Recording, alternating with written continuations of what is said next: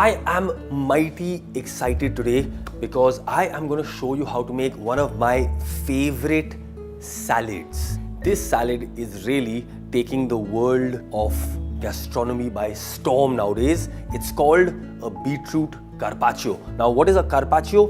Basically, it's a dish that is named after an Italian artist, an artist from Venice who was really famous for painting white canvases with bright pinks and reds and all kinds of interesting colors. Today I'm going to be showing you how to make a really simple version of this dish, our beautiful beetroot carpaccio. Now for this carpaccio we need a bunch of really simple ingredients.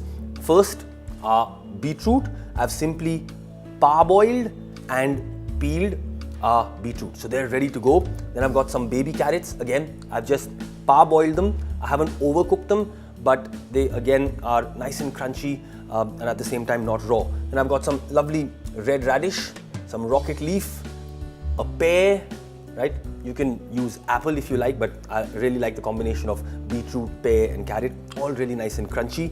And for a little bit of saltiness, I've got some nice feta cheese, and also for a nice bit of texture and nuttiness, we've got some lovely toasted walnuts. We're going to dress it all with some virgin olive oil, a little bit of honey and a little bit of balsamic vinegar. Now when you're making a carpaccio, what's the most important thing? Well, it's the ability to be able to slice your ingredients with real precision and slice them almost wafer thin. So I have myself, I think, the perfect knife for this purpose. This is the fine dicing knife from Cartini. It's part of their premium range of knives, and this is going to help me turn these ingredients into something really magical. So let's start by finely slicing our beetroot. Okay, so we've parboiled them and we've peeled them. Now we can get down to slicing really thin.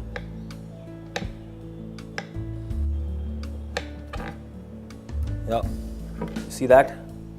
See-through thin. Look at that beautiful color.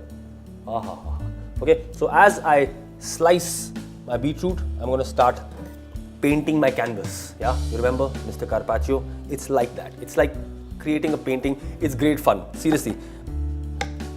Go. Beautiful. Look at that.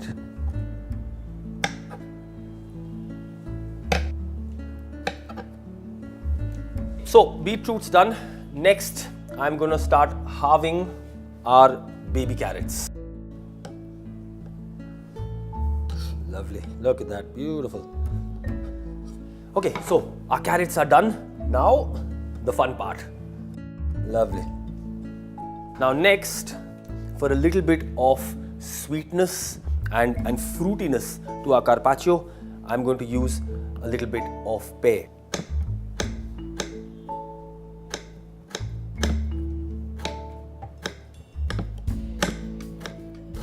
So pears go on as well. Now our next flavor or next component, some peppery heat from some nice little baby red radish. Just take off the ends and now back to our fine slicing. Beautiful, look at that, wow.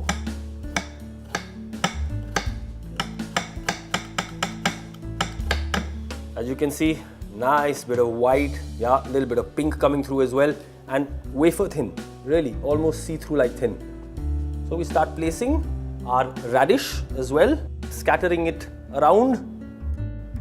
And now for a little bit of saltiness and nuttiness. So I'm going to take a little bit of Greek feta cheese, cube it or dice it. Now I'm going to simply just crumble it over like so. So already you're able to kind of build that profile of flavor in your minds, right? Sweetness, pepperiness, creamy saltiness. It's coming along quite well, I think. Okay. Now, when you're cooking, very important to think of a contrast of color, contrast of flavor, and a contrast of texture as well. So toasted walnuts, all I want to do is just crush them with the back of my knife. You don't need to really break them up too much or cut them too precisely. Now for a little bit of green, again some beautifully peppery rocket or arugula as you call it. Right, so my carpaccio is coming along really nicely. Now to dress our entire carpaccio salad. So I'm going to start with a little bit of acidity, some lovely lime juice. I'm just going to squeeze over. Lovely.